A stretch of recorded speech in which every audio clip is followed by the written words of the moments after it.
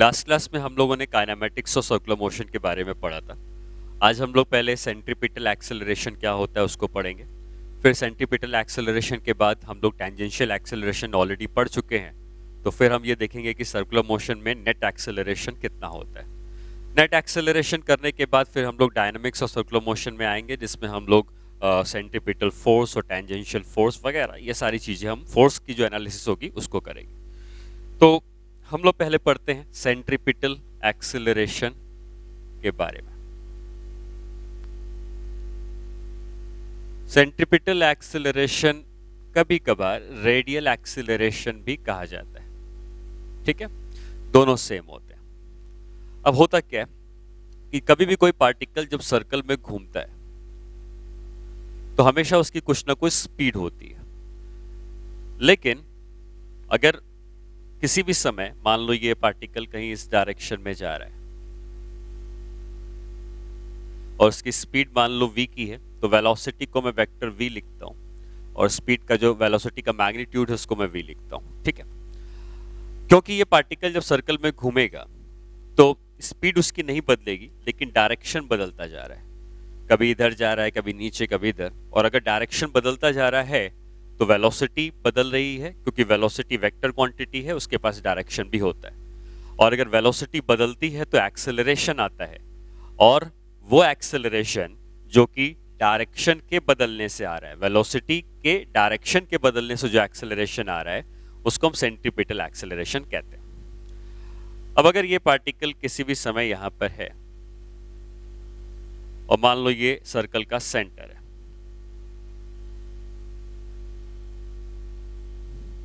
इसके रेडियस की value r के बराबर है और ये इस समय हॉरिजॉन्टल से थीटा का एंगल बना के रखता है। और जो थीटा का एंगल बना के रखता है तो हम यहां पर एक्सिस कंसीडर करेंगे x एंड y एक्सिस, जिससे कि हम इस वेलोसिटी को x और y कंपोनेंट में लिख पाए। तो अगर हम ऐसा कहते हैं कि राइट डायरेक्शन x एक्सिस है, ऊपर का डायरेक्शन y एक्सिस है, तो इस पार्टिकल की वेलोसिटी के दो कंपोनेंट्स हमें लेने हैं।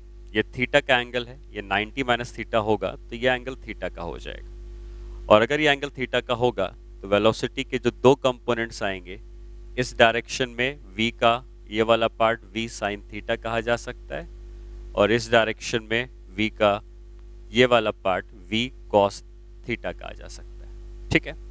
तो मैं ऐसा कह सकता हूं कि इस पार्टिकल की जो वेलोसिटी है, इसको अगर हम कंपोनेंट्स के फॉर्म में लिखते हैं तो v sine theta x axis में है तो v sine theta i cap कह दोगे, और v cos theta negative y axis में है तो minus v cos theta j cap कह दोगे, ठीक है। तो ये इस पार्टिकल की नेट वेलोसिटी हो गई। अब अगर हम इस डायग्राम में इस इक्वेशन में एक्सेलरेशन निकालना चाहते हैं, तो एक्सेलरेशन होता है कि किस रेट से वेलोसिटी में चेंज आ रहा है। फिलहाल मैं मान के चलता हूं कि जो उसका v है ये कांस्टेंट है, मतलब ये कांस्टेंट स्पीड से घूमता जा रहा है, v कांस्टेंट है, बस डायरेक्शन बदलता जा रहा है। और अगर v कांस्टेंट है तो v का डिफरेंशिएशन कुछ नहीं होगा, कांस्टेंट हो जाएगा, साइन थीटा का डिफरेंशिएशन कॉस थीटा हो जाएगा। लेकिन क्योंकि हम टाइम के संग डिफरेंशिएट कर रहे हैं तो यहाँ पे D theta by D T का एक टर्म और आ जाएगा। उसी तरीके से आई कैप था तो आई कैप रहेगा ही, माइनस वी वैसे ही रहेगा, कॉस थीटा का डिफरेंशिएशन माइनस साइन थीटा होता है तो ये प्लस हो जाएगा, और यहाँ हो जाएगा साइन थीटा, अगेन टाइम के संग डिफरेंशिएशन है तो D theta by D T, और ये हो गया जे कैप, ठीक है। अब यहाँ पे जो D theta by D T आया है उसको हम माइनस ओमेगा कहेंगे। D theta by D T actually angular velocity होती है, लेकिन यहाँ पे D theta by D T को हम लोग माइनस ओमेगा कहेंगे। क्यों माइनस ओमेगा कहेंगे, उसका एक रीजन है। एक्चुअली जिस रेट से एंगल बदल रहा है वो ओमेगा कहा तो जा सकता है, लेकिन ये थीटा अगर बढ़ता तो D theta by D T plus omega कहा जाता है, क्योंकि एंगल बढ़ रहा होता। लेकिन जैसे तो पार्टिकल इस सर्कल पे घूमते हुए नीचे आएगा, ये थीटा घटने लगेगा तो D theta by D T को माइनस ओमेगा कहा जाएगा, क्योंकि थीटा का जो रेट ऑफ चेंज है वो डिक्रीजिंग है, और जब डिक्रीजिंग रेट ऑफ चेंज होता है तो उसमें हम नेगेटिव लेते हैं। तो D theta by D T को माइनस ओमेगा पुट करेंगे, तो अगर हम D theta by D T को माइनस ओमेगा पुट करते हैं तो सेंट्रीपिटल एक्सेलरेशन हो जाएगा, या माइनस ओमेगा हो जाएगा, तो माइनस मैं बाहर ही लिख देता हूँ, v cos theta into omega I cap, उसी तरह से ये भी हो जाएगा, तो minus V sine theta into omega J cap. आपको ये भी पता है कि ओमेगा को हम लिख सकते हैं v by R, circular motion में हमने पहले पढ़ा था, तो ओमेगा को हम हटा के अगर v बाई आर लिखते हैं, ये सेंटीपिटल एक्सेलरेशन की वैल्यू हो जाएगी माइनस v बाई आर रखेंगे तो v square by R cos theta I cap minus v square by R sine theta J cap. अब यहां से अगर हम minus of v square by R common ले लें तो ये बचेगा कॉस थीटा आई कैप प्लस साइन थीटा जे कैप। ठीक है, ये सेंट्रीपिटल एक्सेलरेशन की वेक्टर फॉर्म में वैल्यू आ गई। अब इसी सेंट्रीपिटल एक्सेलरेशन का अगर हम मैग्नीट्यूड निकालना चाहेंगे तो सेंट्रीपिटल एक्सेलरेशन का मैग्नीट्यूड आ जाएगा, ये तो नेगेटिव है, मैग्नीट्यूड हमेशा पॉजिटिव होता है, तो v स्क्वायर बाई आर का तो v स्क्वायर बाई आर ही आप सिंपली लिख दोगे, और जो ब्रैकेट में है cos थीटा आई कैप प्लस साइन थीटा जे कैप, इसका मैग्नीट्यूड होगा under root of cos square theta plus sine square theta, और under root of cos square theta plus sine square theta 1 होता है, तो सिर्फ v स्क्वायर बाई आर बचेगा, क्योंकि v को हम ओमेगा इंटू आर लिख सकते हैं, तो ये centripetal acceleration omega square R भी हो जाएगा। हमें कंपटीशन के लिए अगर बात करें तो ये डेरिवेशन कंपटीशन के लिए इंपॉर्टेंट नहीं है।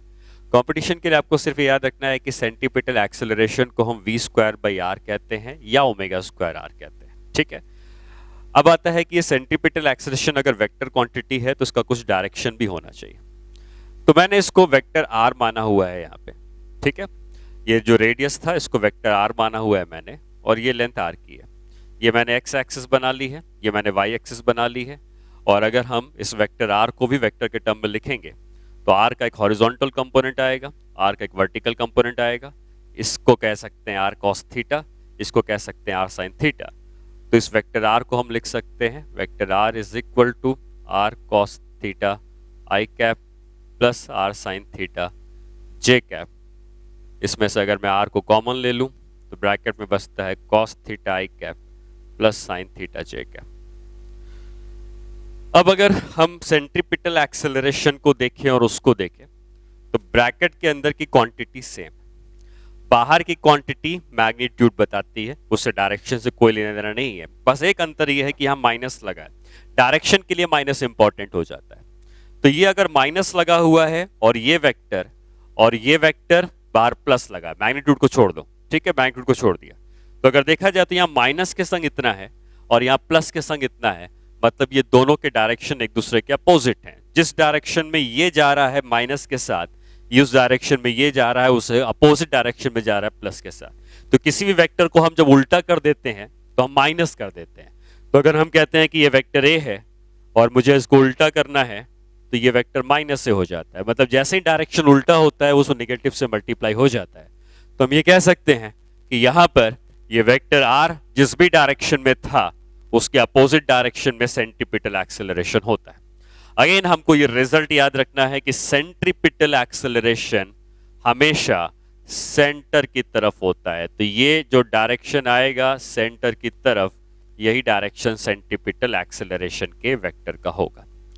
तो यहां से रिजल्ट क्या आता है उसको अगर मैं आपको बताऊं तो रिजल्ट ये है कि magnitude of centripetal acceleration is v square by r और ओमेगा स्क्वायर आर।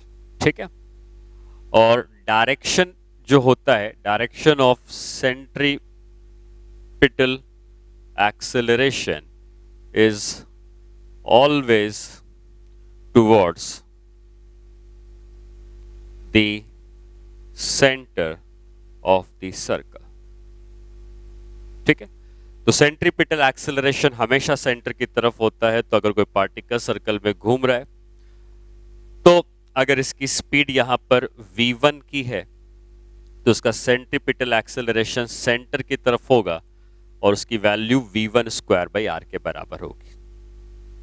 ठीक है, अगर कहीं वही पार्टिकल यहां पहुंच गया और हो सकता है उसकी स्पीड बदल जाए, तो अगर स्पीड बदल गई तो सेंट्रीपिटल एक्सेलरेशन अभी भी सेंटर की तरफ होगा और उसकी वैल्यू v²/r होगी। तो सेंट्रीपिटल एक्सेलरेशन का डायरेक्शन हमेशा सेंटर की तरफ होता है, ये बात आपको याद रखनी है। फिर हम लोग नेक्स्ट पार्ट में आते हैं जहां पर हम टेंजेंशियल एक्सेलरेशन को भी लेके आएंगे और नेट एक्सेलरेशन के बारे में पढ़ेंगे। तो नेट एक्सेलरेशन इन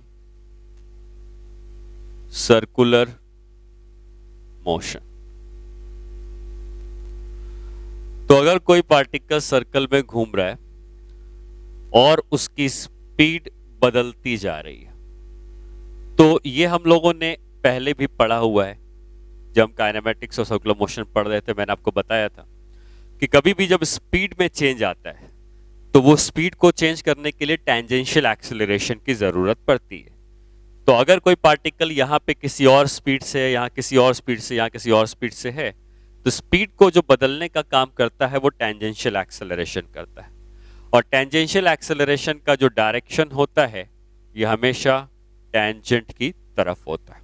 ठीक है, अगर स्पीड बढ़ रही होगी तो जिस तरफ वो जाएगा उसी तरफ टेंजेंशियल एक्सेलरेशन होगा, और वहीं अगर इसकी जाते समय स्पीड घटेगी तो टेंजेंशियल एक्सेलरेशन अपोजिट डायरेक्शन में होगा, लेकिन रहेगा वो टेंजेंट की तरफ। और जो दूसरा एक्सेलरेशन होता है उसको हम कहते हैं सेंट्रीपिटल एक्सेलरेशन, और सेंट्रीपिटल एक्सेलरेशन जो होगा वो हमेशा सेंटर की तरफ लगेगा। ठीक है, तो दो एक्सेलरेशन हो गए, tangential acceleration and centripetal acceleration.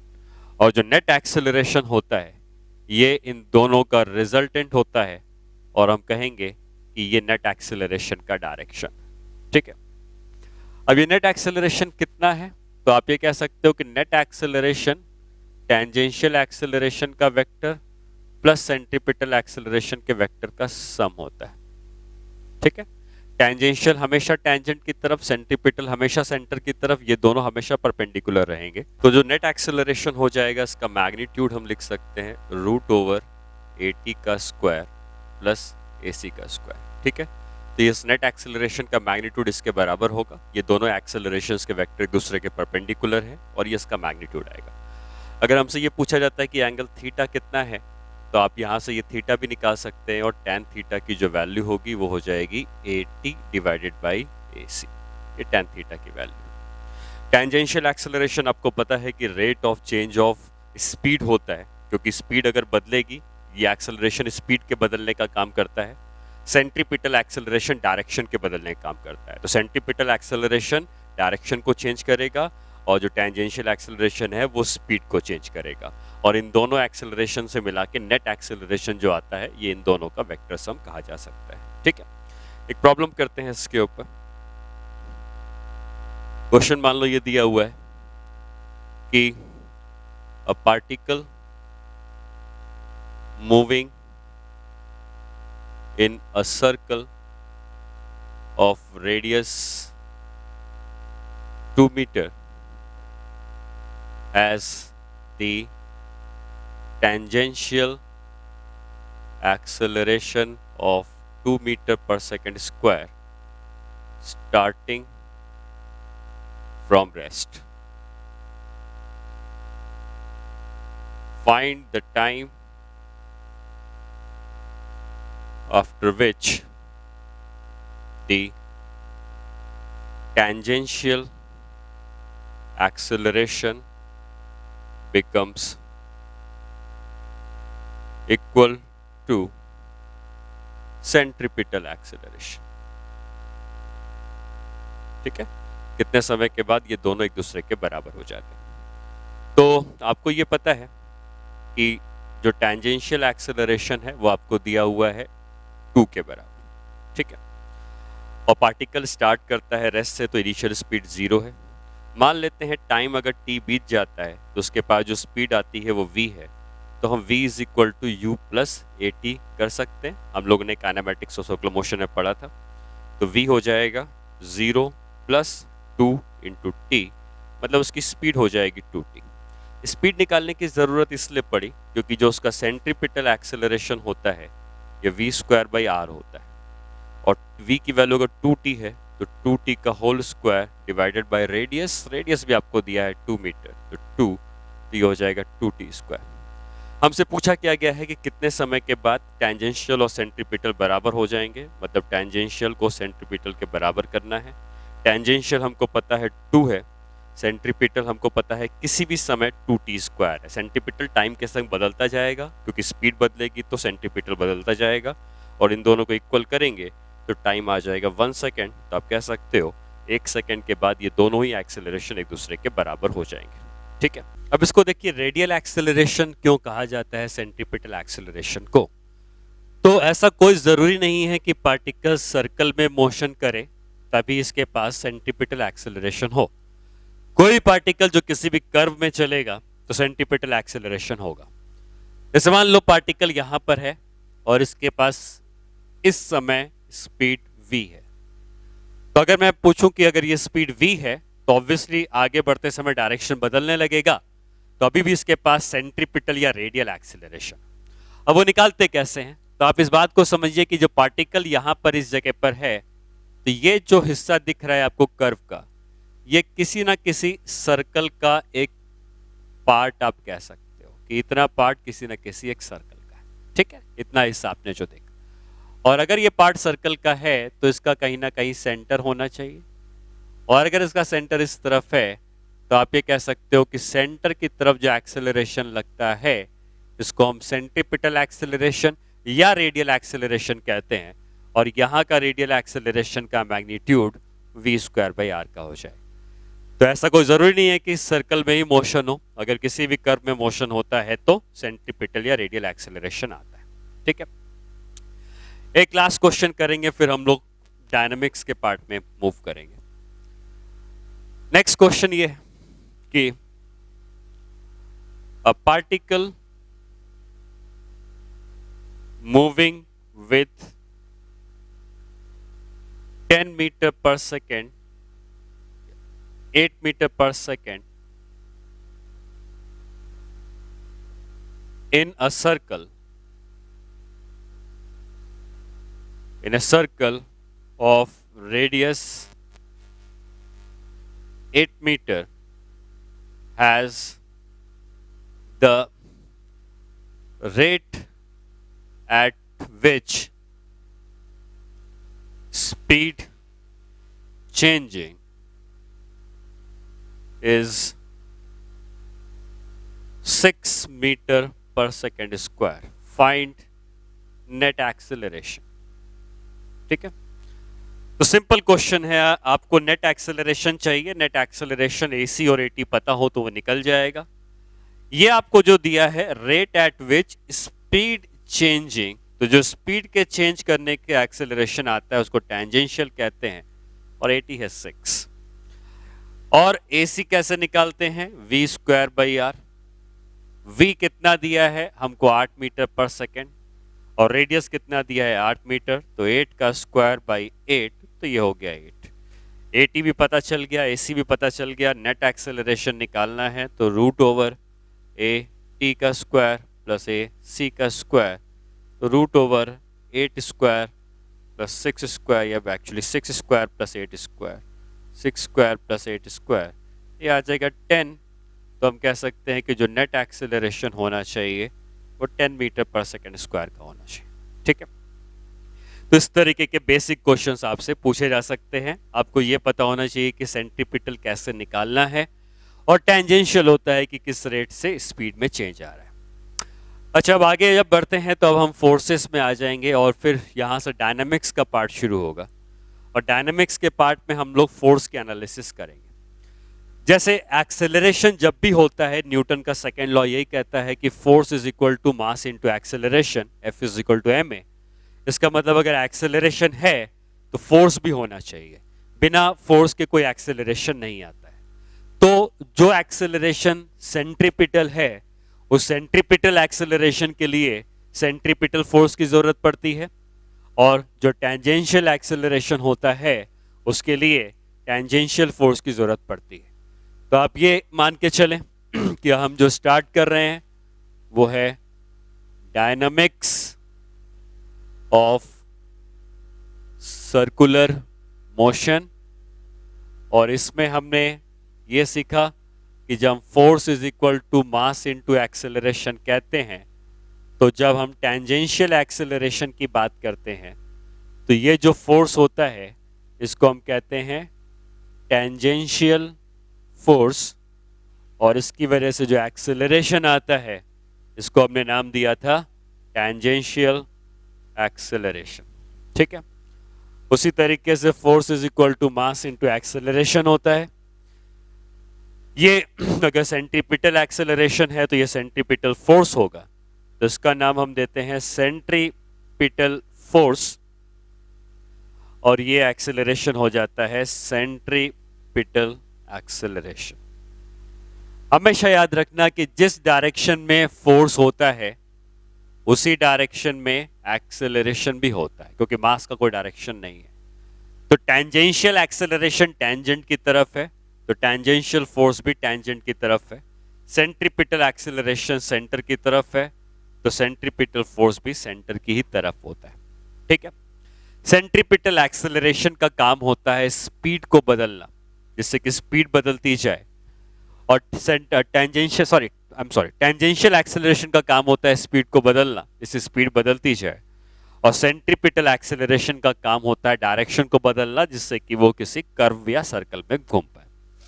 जो पहला डिस्कशन हम लोग करेंगे वो यूनिफॉर्म सर्कुलर मोशन का करेंगे। ठीक है, या आपको मैं इतनी बात और समझा दूं, जैसे मान लो ये सर्कल में मोशन हो रहा है, और सर्कल में ये पार्टिकल हो गया, यहां पर एक फोर्स लग रहा है इधर F1 का, एक फोर्स लग रहा है इधर F2 का, और एक फोर्स लग रहा है इधर F3 का।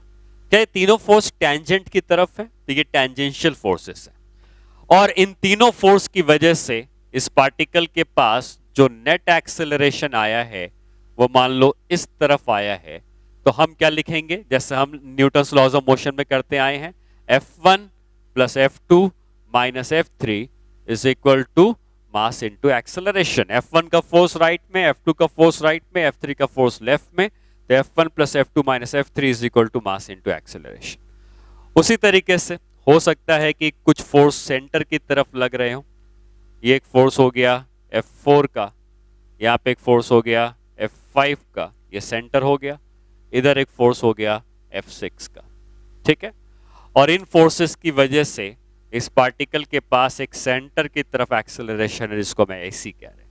तो हम ये कह सकते हैं कि सेंटर की तरफ F4 लगा, सेंटर की तरफ F5 लगा, और सेंटर से दूर F6 लगा। तो सेंटर की तरफ कितना लग रहा है, क्योंकि एक्सेलरेशन सेंटर की तरफ मान रहे हैं, F4 plus F5 minus F6 is equal to mass into centripetal acceleration. ठीक है, तो ये बात क्लियर हो गई कि टेंजेंशियल फोर्स टेंजेंट की तरफ होते हैं, and net tangential force is equal to mass into tangential acceleration, और सेंट्रीपिटल फोर्स सेंटर की तरफ होते हैं, और net centripetal force is equal to mass into centripetal acceleration. ठीक, हम लोग फिलहाल ये टेंजेंशियल फोर्स वाला पार्ट अभी नहीं इंक्लूड कर रहे हैं, वो वर्टिकल सर्कुलर मोशन आएगा तो हम उसमें इंक्लूड करेंगे।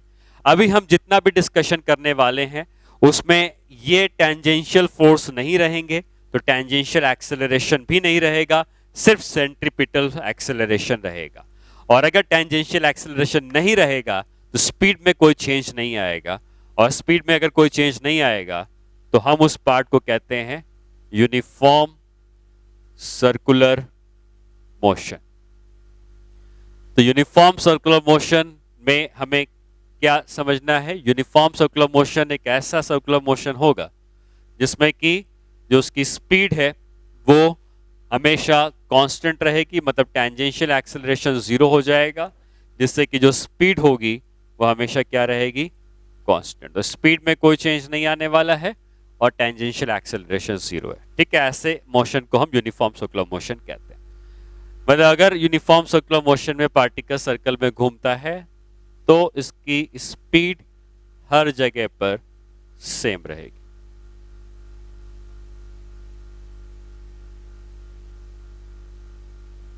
ठीक है, और सेंट्रीपिटल एक्सेलरेशन आपको पता है v²/r है, तो इधर का सेंट्रीपिटल एक्सेलरेशन भी v²/r है, इधर की v²/r है, हर जगह पे v²/r है। लेकिन सेंट्रीपिटल एक्सेलरेशन का मैग्नीट्यूड हर जगह फिक्स है, लेकिन डायरेक्शन बदल रहा होगा। जैसे यहाँ पे सेंट्रीपिटल एक्सेलरेशन का डायरेक्शन इस तरफ होगा, यहाँ पे सेंट्रीपिटल एक्सेलरेशन का डायरेक्शन इस तरफ होगा। तो सेंट्रीपिटल एक्सेलरेशन की वैल्यू फिक्स है v²/r, लेकिन उसका जो डायरेक्शन होगा वो लगातार बदल रहा होगा। ठीक है, तो एक बात हमेशा आप ध्यान रखें कि सर्कुलर मोशन तभी हो सकता है जब सेंट्रीपिटल फोर्स हो।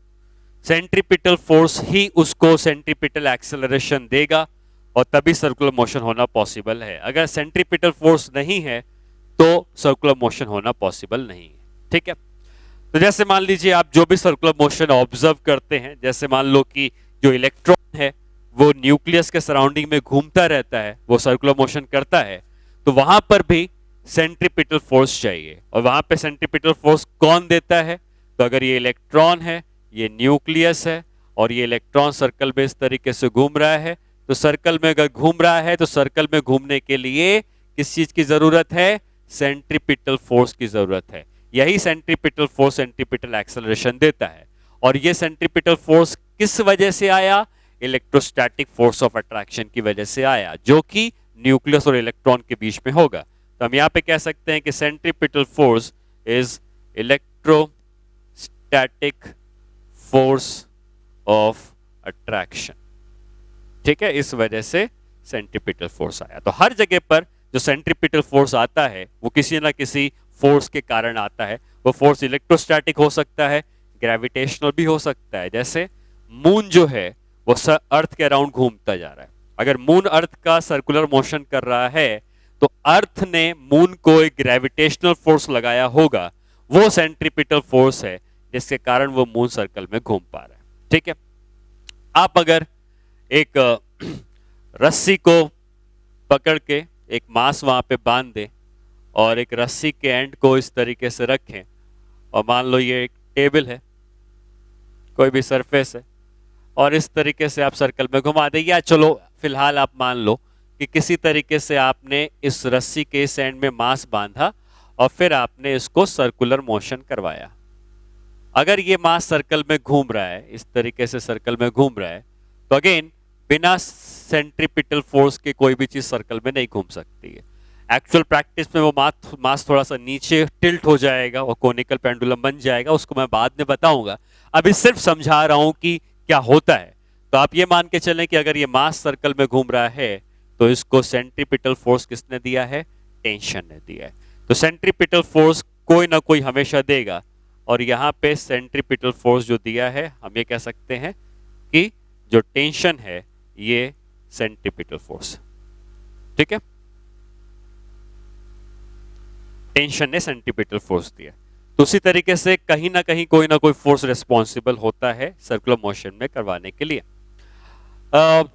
आप मान सकते हो कि कोई कार सर्कल में घूम रही है, या आप अपनी साइकिल को सर्कल में घुमाते हो, या स्कूटर को सर्कल में घुमाते हो, तो वहां भी कोई ना कोई फोर्स रिस्पॉन्सिबल होता है सर्कल में घुमाने के लिए। और वहां पे कौन सा फोर्स रिस्पॉन्सिबल होता है के बारे में डिस्कशन करेंगे, लेकिन अभी फिलहाल मान के चलें कि अगर ये सर्कल घूम रहा है तो इसको सर्कल में घुमाने के लिए जो सेंट्रीपिटल फोर्स मिलता है ये फ्रिक्शन, एक्चुअली स्टैटिक फ्रिक्शन देता है। और अगर ये कार सर्कल में घूम रही है तो हम यहां पे कहेंगे कि ये जो Fs है स्टैटिक फ्रिक्शन, इसी ने दिया होगा सेंट्रीपिटल फोर्स। ठीक है, एक क्वेश्चन करते हैं इसके ऊपर।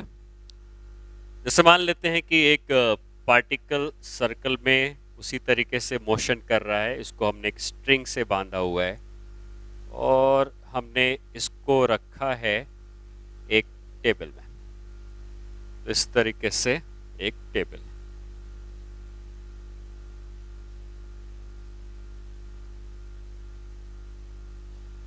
और जब ये पार्टिकल सर्कल में घूम रहा है तो हमने क्या किया कि इस टेबल में एक स्मॉल होल कर दिया है यहाँ पे, और ये स्ट्रिंग जो है इस होल के अंदर से पास करके आई है और टेबल के अंदर से नीचे से निकली है। यहाँ पे टेबल की जो लेग्स हैं इस तरीके से, ठीक है। और अगर ये स्ट्रिंग यहाँ से निकली है तो यहाँ पर मैंने एक और मास यहाँ पे हैंग कर दिया। रेडियस को मैंने कैपिटल एम का मास कहा। अब ये पार्टिकल जो है ये सर्कल में मोशन कर रहा है, इसकी कोई स्पीड है v की, इसका मास है m का और इसका कुछ रेडियस होगा। तो आप इमेजिन करें कि यह पार्टिकल सर्कल में घूमता जा रहा है, ये स्ट्रिंग यहाँ से पास करके पूरी यहाँ तक गई है, ये मास एक ही जगह पर स्टेबल रुका हुआ है और वो पार्टिकल सर्कल में घूमता जा रहा है, यहाँ पे एक स्मॉल होल है। तो क्वेश्चन ये है कि find the radius of circle in which small mass m moves in circle and capital M is at rest। ठीक है, तो आपको यह समझना चाहिए कि जो भी सर्कुलर मोशन होते हैं वो किसी न किसी सेंट्रीपिटल फोर्स के कारण होते हैं, और ये मास अगर सर्कल में घूम रहा है तो इस रस्सी में जो टेंशन आई होगी उसी ने उसको सेंट्रीपिटल फोर्स दिया होगा। तो हम लिखेंगे tension is equal to mass into centripetal acceleration, क्योंकि इस मास के ऊपर और कोई भी फोर्स इस डायरेक्शन में नहीं है। नॉर्मल रिएक्शन ऊपर mg नीचे, वो तो ऊपर और नीचे है। अगर सर्कल में इस तरीके से घूम रहा है कोई पार्टिकल तो सिर्फ यही टेंशन है जो सेंटर की तरफ लग रही है, और यही सेंटर की तरफ लगने वाले फोर्स को सेंट्रीपिटल फोर्स कहते हैं। तो T is equal to M into A C, और ए सी कितना होगा v स्क्वायर बाई आर। ठीक है, हमको पता है कि centripetal acceleration v square by R, तो हमने स्मॉल v लिखा है तो small v square by R. ठीक है, ये मास एक ही जगह पे हैंग कर रहा है न्यूटन लॉज ऑफ मोशन में, क्योंकि ये रस्सी सेम गई है तो जितनी टेंशन यहाँ है उतनी टेंशन यहाँ है, और अगर ये मास एक ही जगह हैंग कर रहा है तो ये टेंशन कैपिटल mg के बराबर कर सकते हैं। और अगर हमने टेंशन को कैपिटल mg के बराबर कर दिया तो एक टेंशन पहले से आई है, एक टेंशन दूसरे से आई है, दोनों को बराबर कर देंगे और लिखेंगे mv square by R is equal to capital mg, यहाँ से v आ जाएगा रूट ओवर g। हमको क्या निकालना था, सॉरी रेडियस निकालना था, तो रेडियस की वैल्यू आ जाएगी mv square by capital mg, इतना उस सर्कल का रेडियस होगा। तो क्या सीखा आपने? आपने ये सीखा कि कहीं पर भी अगर सर्कुलर मोशन होता है तो सेंट्रीपिटल फोर्स जरूर रहता है। यही सेंट्रीपिटल फोर्स की वजह से सर्कुलर मोशन होता है। Centripetal force is equal to mass into centripetal acceleration. Centripetal acceleration v square by r होता है, जो आपको पता है। t की वैल्यू कैपिटल mg के बराबर, क्योंकि मास हैंग कर रहा है। दोनों से t को एलिमिनेट करके जो रेडियस पूछा गया था कि इस सर्कल का रेडियस क्या होगा, वो आपने निकाल लिया। ठीक है, नेक्स्ट क्लास में हम लोग क्या करेंगे कि इसी डायनेमिक्स के पार्ट को कंटिन्यू करेंगे और यूनिफॉर्म सर्कुलर मोशन में डिफरेंट टाइप के जो क्वेश्चंस हो सकते हैं वो सारे हम लोग क्वेश्चंस करेंगे। उसके बाद यूनिफॉर्म सर्कुलर मोशन में ही आगे जाके हम लोग बैंकिंग ऑफ रोड के बारे में भी पढ़ेंगे, और जब यूनिफॉर्म सर्कुलर मोशन हम पढ़ लेंगे तब जाके हमारे पास नॉन यूनिफॉर्म सर्कुलर मोशन आएगा, जो कि वर्क पावर एनर्जी से थोड़ा रिलेटेड है। तो मैं थोड़ा सा आइडिया आपको पहले एनर्जी कंजर्वेशन का दे दूंगा, जिससे कि हम लोग नॉन यूनिफॉर्म सर्कुलर मोशन या वर्टिकल सर्कुलर मोशन कर पाएंगे। ठीक है।